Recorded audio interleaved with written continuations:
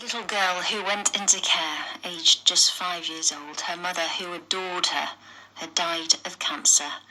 Well, this is Sue Peak as a baby being held by her father at a wedding. Well, she had a very happy childhood, but it then turned into a nightmare. Sue was taken, aged 5, to Beecholme Children's Home in Surrey. She had been staying with her grandparents, but she missed her older brothers who were at the home, so she asked to be with them. Now, for the first years of her life, Sue was actually very happy, but things soon changed.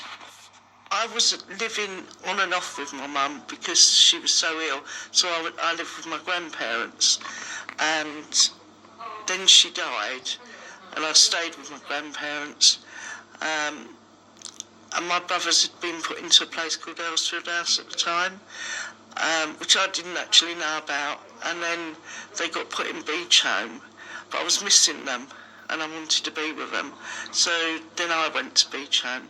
Well, the house I was in first was nice, and then got transferred. It was okay there until I got bullied, and then we transferred again, and that's where all the abuse started in that house. So for many years she was happy in the home, but aged 13 she challenged a man who was sexually abusing her and others, and then she ended up in a mental hospital for speaking up.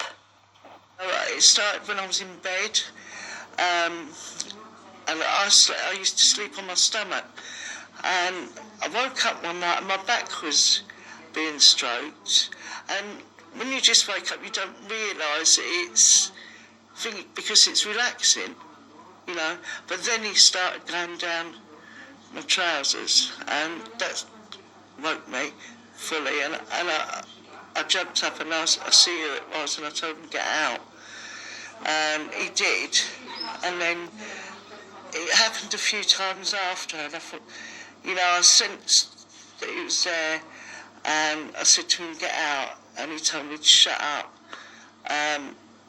And then another time I was in the bath, I'd run away and come back, and I got in the bath, and he walked straight into the bathroom and tried to grab me between the legs, and I went mad at him. And another time was in bed one night and something woke me, and there was 2 younger girls in the room with me, and I could see him in the bed with the youngest one, and I shouted at him to get out. In the morning I spoke to the girls, and we went up to the main office to report it, which we did, got sent back to the house, and nothing happened then. It was a couple of days later, I was going up the stairs to go up to the bedroom. He was coming down and he grabbed me round the throat, tried to throw me down the stairs. But I fought with him and told him, you know, and things were sort of quiet. He wouldn't come near me, you know, because he knew that wouldn't take it. And then all of a sudden one day, they've turned up, and my case had been packed, and I was taken to Long Grove Mental Hospital. Didn't know why, and that was awful.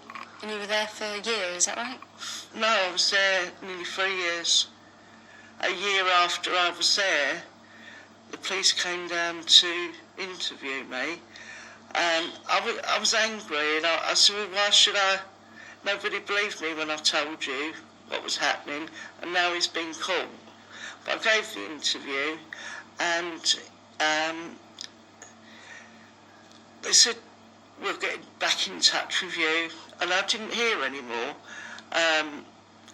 you know, because my brothers were still in the home, and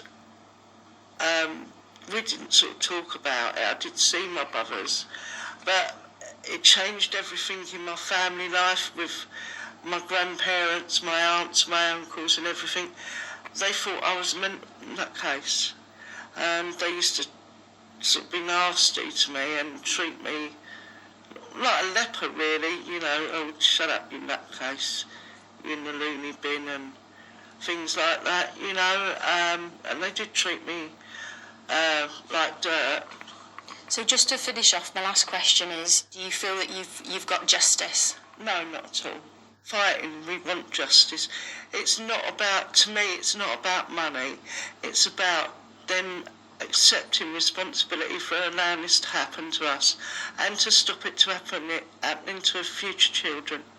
Sue is part of a group called Beecholme Warriors. With her best friend Moira, who was also at the home, they continue to campaign for an apology, but also an assurance that what happened to them will never ever happen again.